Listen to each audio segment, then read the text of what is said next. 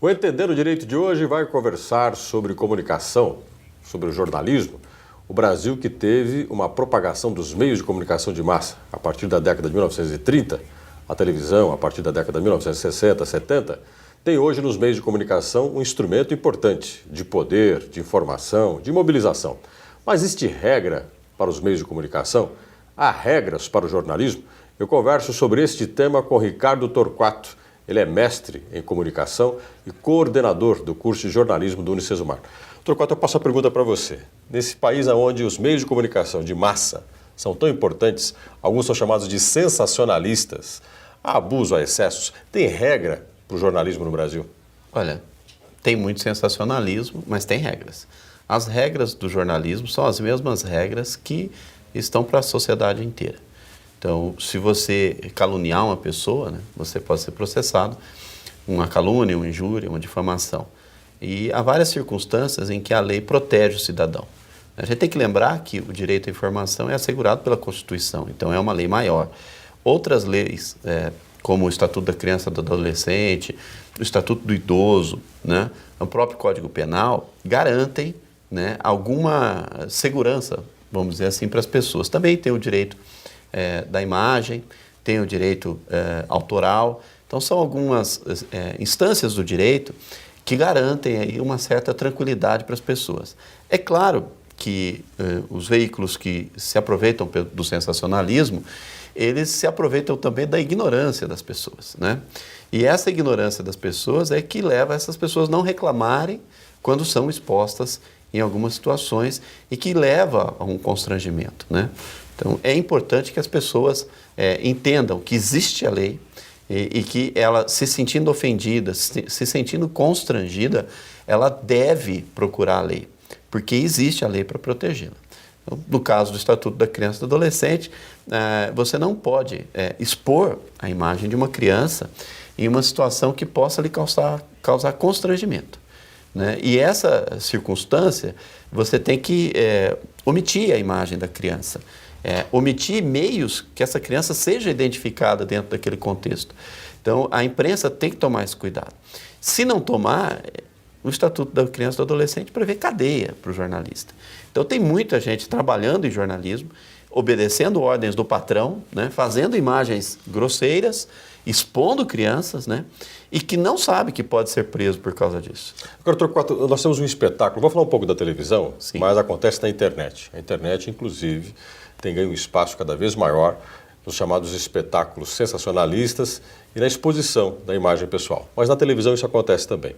Em alguns programas que vamos chamar aqui de sensacionalistas, as pessoas gostam exatamente desse espetáculo de horror e até mesmo de, em alguns casos, de exposição da vida privada, da particularidade. Essa falta de conhecimento da população é uma falta porque a população não é instruída ou porque às vezes interessa a alguns meios de comunicação que não se tem esse conhecimento, ou seja, a informação ela é meio viciada nesse ponto. A verdade é que você encontra de tudo, né? Eu já trabalhei, né? Já fui jornalista sensacionalista, também já tive do outro lado, né? É claro que um pouco mais de responsabilidade, mas sim, tem gente que quer se expor, né? Que tem necessidade de aparecer. E essa pessoa realmente ela vai aparecer de alguma forma. Ela vai tentar aparecer, vai te chamar para poder cobrir alguma coisa. E isso acaba que você precisa de uma notícia, se ela quer se expor, você faz a exposição. O jornalista tem que ser inteligente no sentido de se proteger legalmente, né, juridicamente, recebendo autorizações e tudo mais. Há as pessoas que não querem aparecer, né? E há pessoas que são associadas a situações onde vamos dizer assim, a imagem original captada não tem sentido ou não era para aquele determinado fim, né? Então, por exemplo, você aceita que a pessoa faça um detalhe, uma imagem tua, falando ao telefone, né? Que problema tem isso? E aí a pessoa usa essa imagem para uma matéria sobre trotes na polícia militar. Quer dizer, você fica... A origem da matéria, da concessão, da captação da imagem era uma, mas foi usada com outro fim. Você pode procurar a justiça, Não foi para isso que você autorizou a sua imagem. E, assim, perante o público, as pessoas vão achar que você dá trote, né? Você está fazendo um trote. Então, assim, essa associação que acontece muito e que, vamos dizer assim, os jornalistas que gostam de sensacionalismo, porque gostam, viu? A verdade é essa. A pessoa gosta daquilo. Tanto as pessoas gostam do sensacionalismo, quanto o jornalista também gosta de fazer notícias sensacionalistas, né? Tá naquela história do Eros e de Thanatos, né? O sentido da morte, o sentido da vida, né? E que você sempre tem uma certa sedução por procurar alguma coisa ligada à violência, à morte, à exceção. A gente não, eu não tenho essa curiosidade, mas muita gente tem um acidente grave, ele passa devagarzinho para ver o que aconteceu. Quer dizer, aquilo ali já vamos dizer assim, é um sinal de que as pessoas se interessam realmente por isso. Pelo que você coloca, os meios de comunicação têm gostado muito de trabalhar com o instinto das pessoas. Você utilizar aqueles desejos até mórbidos das pessoas para fazer o meio de comunicação ter telespectadores, ter ouvintes, ter leitores, né, internautas, vamos colocar aí. Só que aí tem uma questão chamada informação, que você inclusive colocou, que é importantíssimo. O direito à informação é um direito do cidadão. Sim, o direito à informação é um direito do cidadão. Só que essa informação nem sempre ela é uma informação muito fiel. Essa informação nem sempre é informação, né? Ela é muitas vezes entretenimento. Então, assim, já dirigi programas de cunho sensacionalista, vamos dizer assim, na verdade policial, em que você tem que estar atento, né? Porque, primeiro, o programa policial não precisa ser vitrine de bandido, né? Não tem que fazer apologia ao bandido. O bandido não é uma celebridade. O bandido é um bandido, ele é um pária da sociedade. Enquanto ele está cometendo os crimes, quando ele para de cometer os crimes, ele tem todo o direito de se ressocializar. Se a cara dele apareceu na televisão, dificilmente ele vai conseguir esse intento de mudar de vida, vamos dizer assim. Mas você, como jornalista, você tem que saber disso. Você tem que se precaver disso. E você não pode mostrar. As pessoas querem saber se aconteceu algum crime. Isso eles querem saber. Eles querem saber se a violência aumentou ou diminuiu. Isso é informação. Agora, mostrar a cara do bandido, o sujeito morto no banco de um carro, isso não acrescenta nada. Mas na história da televisão, isso não é nenhuma novidade. Né? Lá na década de 60, quando a Globo precisou alavancar a audiência, ela chamou o Chacrinha, que jogava bacalhau para a turma, e que na época era uma coisa ofensiva demais, mas que a população achava engraçado. Isso alavancou a audiência da Rede Globo. A Rede Globo foi parar na primeira posição por causa desses programas. É claro que ela não queria estar associada como uma televisão que fizesse esse tipo de programação. E assim que foi alavancada a audiência, eles passaram a oferecer outro cardápio de produtos com melhor nível e, mantendo a audiência, eles conseguiram modificar, vamos dizer assim, esse perfil. Tanto que o Chacrinha saiu de lá e que o Silvio Santos saiu de lá. Na época, dois popularíssimos. E que o Ratinho alavancou a audiência de SBT, de Record, como da Atena e tantos outros que a gente está vendo aí. Eles têm uma função de alavancar a audiência e entregar o share maior para o jornal sério que vem a seguir. Então, assim, ela tem, vamos dizer assim, uma importância estratégica dentro da emissora, né? Desde que você pense em estratégia, não apenas em sangue e tentar a audiência a todo custo. Então, existe isso sim.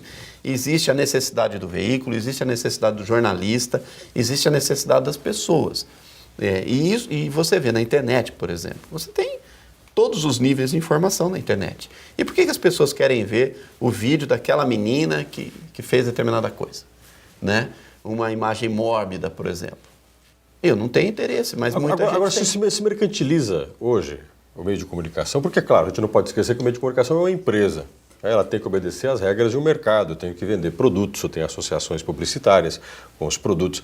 E nós precisamos ter uma mensagem publicitária dentro da informação, e a informação às vezes não consegue se desvencilhar dessa publicidade, em que eu preciso vender, eu preciso de público, eu preciso de consumidor. Alguém que consuma o produto que está sendo anunciado e ao mesmo tempo vai consumir a informação. E aí eu passo a ter uma lógica muito simplista sobre a informação. Eu passo a ter a lógica de um consumidor. O que é bom para agradar ao público, eu faço. Aí nós vamos ter cada vez mais processos de pessoas exigindo, por exemplo, ressarcir o abuso moral, a ofensa moral que o meio de comunicação fez a ela. Nós vamos começar a ter cada vez mais essa legislação que tenta colocar um limite entre a informação, a forma da informação, o meio de comunicação e o público. Ou a gente vai chegar a um ponto em que nós vamos conseguir viver pacificamente com o meio de comunicação sem criar muito sensacionalismo. As coisas vão melhorar? Não, as coisas não vão melhorar. Enquanto a justiça não for rápida e eficiente, as coisas não vão melhorar. Tem um caso muito sério aqui em Maringá, que um programa aconteceu determinada coisa num motel, e eles atribuíram a uma determinada pessoa. E essa pessoa não estava lá. Essa pessoa processou o jornal, não o jornal impresso, o programa. Processou a empresa, processou a televisão, processou todo mundo, puxa vida, acabou com a vida dele, né? Sem dúvida. Como é que ele foi explicar para a mulher que não estava lá? Não tinha jeito, né? Então ele entrou com processos e tudo. Foi para o acordo, né? No acordo queriam dar horas no motel para ele. Ele falou, para com isso, eu não vou nessas coisas, né? E aí, como não houve acordo, já faz 5 anos que o processo está rodando. Então, assim, enquanto não houver uma punição, não só a punição, a gente está vendo no Mensalão, tem a punição, você vê, olha, o povo foi realmente para a cadeia. O abuso vai continuar. Mas quanto tempo isso levou, né? Tem um teórico americano que é o seguinte, que você, mesmo nos Estados Unidos, na Noruega, na Finlândia, que não acontece crime, se você vê que a vaga é proibida, se você parar ali e saber que não vai acontecer nada, você vai parar o carro ali. Não tem dúvida disso.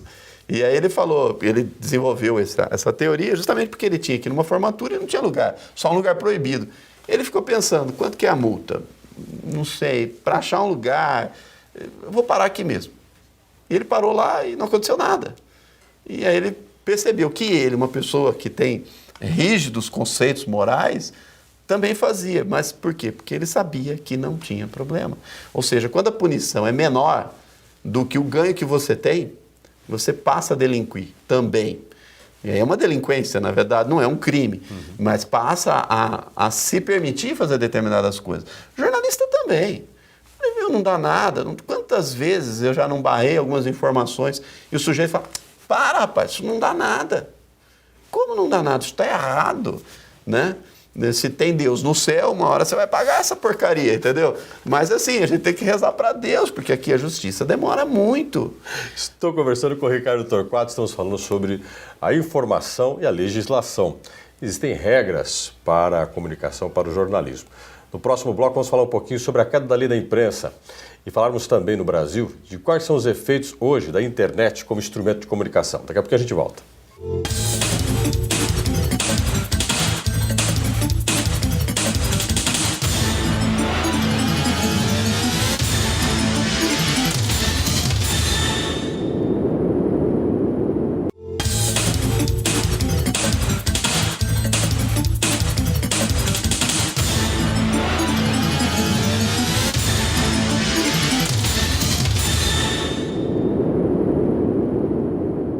O Entender o Direito de hoje está conversando com o Ricardo Torquato, mestre em comunicação, coordenador do curso de jornalismo do Sesumar.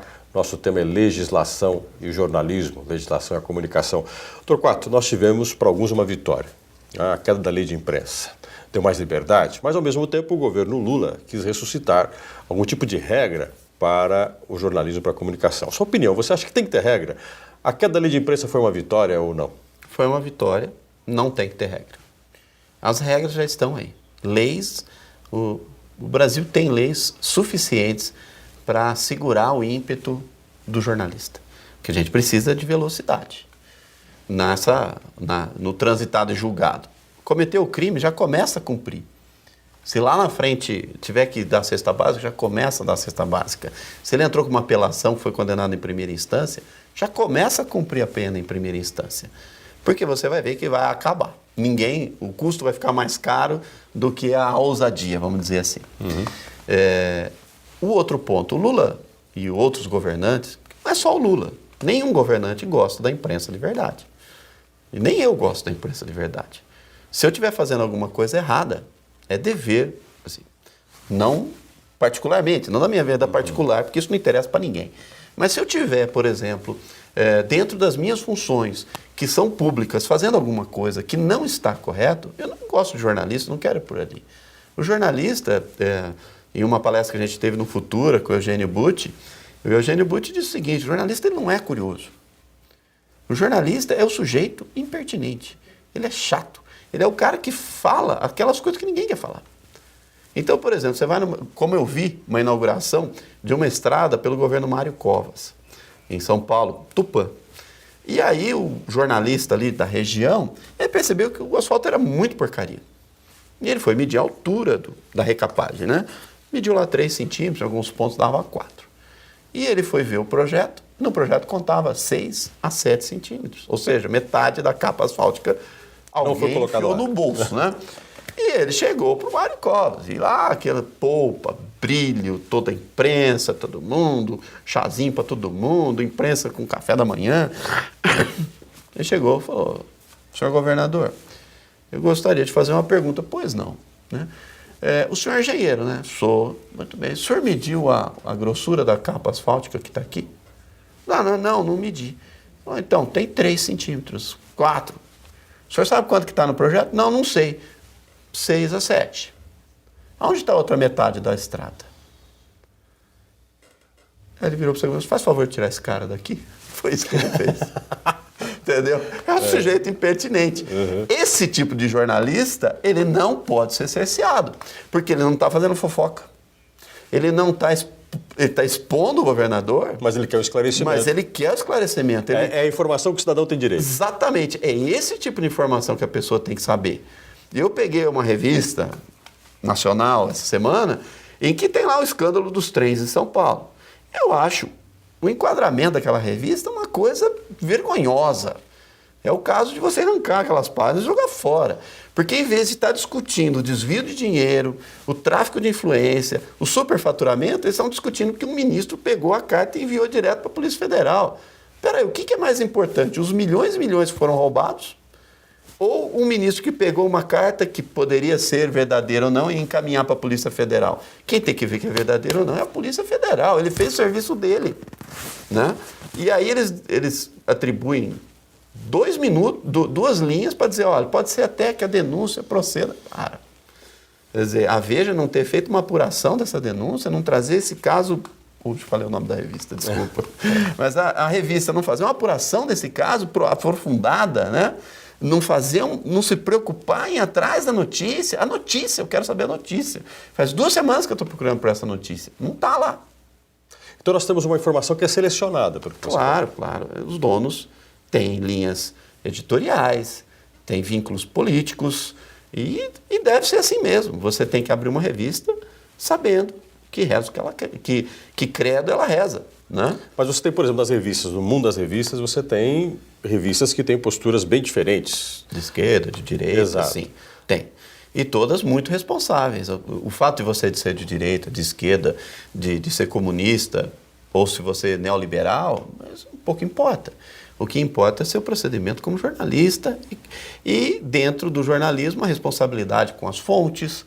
Você tem que proteger a fonte, até para que você tenha mais informações dessa fonte, tem que ser honesto com essa fonte, não pode ser achacado pela fonte, é uma preocupação que a gente tem também no jornalismo, aquela fonte que, olha, só te dou essa informação se você passar essa aqui, fazer barganha, aquela barganha, aquela negociação de baixo nível, né? Alguns, inclusive, vêm vender informação, outros que vêm dar informação porque quer prejudicar A e B, né? Quantos novos jornalistas não caem nessa conversa, né? Então, assim, uma lei para dizer o que o jornalista deve ou não deve fazer nunca vai ser positivo. Uma lei específica para dizer isso você não pode falar. Agora, Torquato, tem uma novidade não é, mas enfim, tem ganho espaço, ganho novos instrumentos, novas ferramentas, tem atingido cada vez mais pessoas e se fala da inclusão digital, se fala da inclusão do cidadão na internet. O Brasil tem um crescimento de acesso à internet que é um dos mais significativos do mundo. Os brasileiros, em breve, quase todos os brasileiros, estarão ligados à rede mundial de computadores. E aí se cria um mar de comunicação imenso, variável. Como criar regras num ambiente tão novo e que é capaz de chegar em lugares onde a privacidade, o espaço entre o público e o privado, é impossível de delimitar uma fronteira? Olha, nós estamos num limiar de uma nova era, né? Na verdade, as informações que estão na internet, elas estavam nas cercas, né? Se fofocava sobre tudo, inventava histórias. Mas enquanto estava na cerca, tudo bem. Agora não. Mas às vezes repercutia na cidade inteira também, né? Não é só hoje é só no mundo, é a questão do bairro. Acho que um assunto pequeno numa cidade pequena é um assuntão, né? Um assunto pequeno numa cidade grande é um assuntinho. Mas assim, hoje ainda existe muita exploração da questão do corpo, né? Muita gente fazendo sexting, que é uma loucura completa. que são adolescentes tirando foto de partes do corpo e postando, ou às vezes até do corpo inteiro, mandando para os amigos, para alguns WhatsApp, por exemplo, alguns que eles acham que ninguém vai ver, além do amigo que estão mandando. É uma atitude. Tem o selfie, que é a pessoa que fica tirando foto em todo lugar, e vai lá e tira foto, no restaurante tira foto dos dois e vai postando. Né? E você tem outras deformações da rede, ou seja, a rede, na verdade, é como uma arma. Né? Um revólver não mata ninguém. Você ficar quietinho lá em cima da mesa. Quem mata quem usa. Quem mata é quem segura a arma. Né? A internet depende muito de quem segura a arma. Eu, por exemplo, não vou na Avenida Jopé de Carvalho de noite. Eu sei que eu vou encontrar lá. Né? Gente viciada em droga, alcoólatras e todo tipo de coisa que pode acontecer. Em alguns trechos, vamos dizer assim. Certo. Também não dá para falar Jopé inteira, né? A Jopé é meio grande. Mas em alguns trechos da Jopé a gente sabe que não tem pode ir de madrugada. Tem lugares numa cidade que você sabe que existe violência em determinados horários. Exato. E na internet também. Você não vai entrar num site suspeito e sair de lá sem levar um vírus, sem levar um spy, uma coisa assim.